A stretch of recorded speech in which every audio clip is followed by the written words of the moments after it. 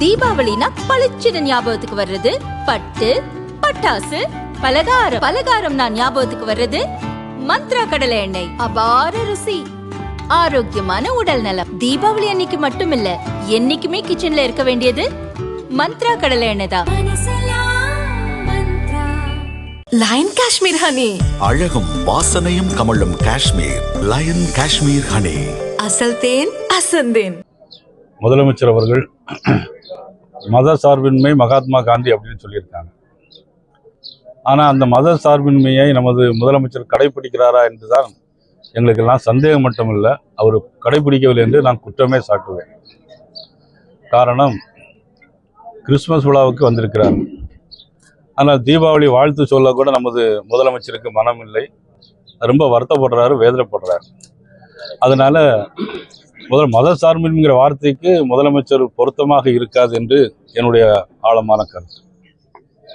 100 நாள் வேலை திட்டம் என்பது அவர்கள் ஆட்சி பொறுப்புக்கு வர்றதுக்கு முன்னால் எதிர்கட்சியாக இருக்கும்போது என்ன சொன்னாங்க அப்படின்னா,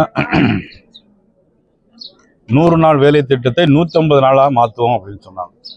ஆனால் ஆட்சி பொறுப்பை ஏற்ற உடனேயே அதில் திமுக பல குளறுபடிகளை உருவாக்கின் காரணமாக அது இடையில் நிறுத்தி வைக்கப்பட்டது. அதன் பிறகு பாரத பிரதமர் நரேந்திர மோடி அவர்கள் இப்போது 100 நாள் திட்டத்தை 124 நாளாக உயர்த்தி, அதிலும் விவசாய பெருமக்கள் நிறைய கவலையில் இருந்தாங்க. எப்படின்னா, அறுவடை நாட்கள்லையும் நாற்று நடவு சமயங்களிலும் வேலைக்கு ஆள் கிடைக்கவில்லை, எல்லாரும் 100 நாள் வேலை திட்டத்தில் போயிடுறாங்க அப்படின்னு ஒரு வருத்தத்தில் இருந்தவுடனே அந்த திட்டத்தையும் சீர்திருத்தி அதில் நடவு சமயங்களிலும் மற்றபடி அறுவடை சமயங்களிலும் முக்கியமான காலங்களில் தவிர்த்து, ஆனால் 125 நாள் கண்டிப்பாக வேலை கொடுக்கப்படும், அதுவும் அவர்களுடைய அக்கௌண்ட்லேயே கொடுக்கப்படும். நிச்சயமாக திமுக போன்றவர்கள் இடையூறு இல்லாமல், இடை செருகல் இல்லாமல் அந்த பணம் வேலை செய்வர்களுக்கு போய் சேரும் என்று ஒரு உத்தரவாதத்தையும் மாண்பு பாரத பிரதமர் அவர்கள் தந்திருக்கிறார். முழு தொகையும் போகும் என்று தந்திருக்கிறார். ஆதித்யநாதரை பொறுத்த வரைக்கும் ஏற்கனவே அந்த அகராய்வுதார பொருட்களை வச்சு அருங்காட்சியகம் அமைப்பதை மத்திய அரசு சொல்லிச்சு. ஆனால் இன்ன வரைக்கும் ஆரம்பிக்கல. ஆனால் 2021 சொன்னாங்க பண்ணல. ஆனால் நம்ம சிவகலையில இருந்து எடுக்கப்பட்ட பொருட்களை வச்சு அருங்காட்சியகத்தை ஆரம்பிச்சு சாட்சியா உருவாக்கிட்டோம். இல்லை, இவர்கள் செய்த முடிவு என்பது இன்னைக்கு உருவாக்கியிருக்காங்க. உண்மையிலே அது நல்ல விஷயம்தான், அதில் ஒன்றும் தவறு ஒன்றும் இல்லை. ஆனால் மாண்பு நமது நிதியமைச்சர் நிர்மலா சீதாராமன் அவர்கள் ஏற்கனவே ஆய்வு பண்ணி அதற்கான ஏற்பாடுகளையும் இங்கே செய்து வைத்திருந்தார் என்பதையும் கனிமொழி. ஆமாம், அப்போ நாடாளுமன்ற உறுப்பினர் கனிமொழியும் அது கூட வந்தார்கள் என்பதுதான் குறிப்பிடத்தக்கது. அதாவது 2000 வருஷமாவே 2000 வருஷமா நாங்கள் போராடிட்டு தான் இருக்கோம். நம்ம தமிழர்கள் நம்ம பழம்பெருமையை நிரூபிக்கிறதுக்காக போராடிட்டு இருக்கோம். ஆனால் மத்திய அரசு ஒரு வெறுப்போடு தான் நம்மளை பார்க்குறாங்க அப்படிங்கிற அவர் சொன்னதுக்கு எந்த விதமான ஆதாரம் இருந்தால் பரவாயில்ல. ஆனால் இன்னைக்கு காசியில் தமிழ் சங்கம் நடத்துவது நமது பாரத பிரதமர் நரேந்திர மோடி அவர்கள். குஜராத்திலேயே தமிழ் சங்கம் நடத்தி வருகிற 30ஆம் தேதி ராமேஸ்வரத்தில் நம்ம இந்திய குடியரசு துணைத் தலைவர் அவர்கள் அதை நிறைவு செய்கிறார்கள். காசியில் மட்டுமல்ல, ராமேஸ்வரத்தில் அந்த தமிழ் சங்கத்தை கொண்டாடுகிறார்கள். பனாரஸ் பல்கலைக்கழகத்தில் தனியாக ஒரு சேர், ஒரு இருக்கையை வாங்கி தந்தது பிரதமர் மோடி அவர்கள்.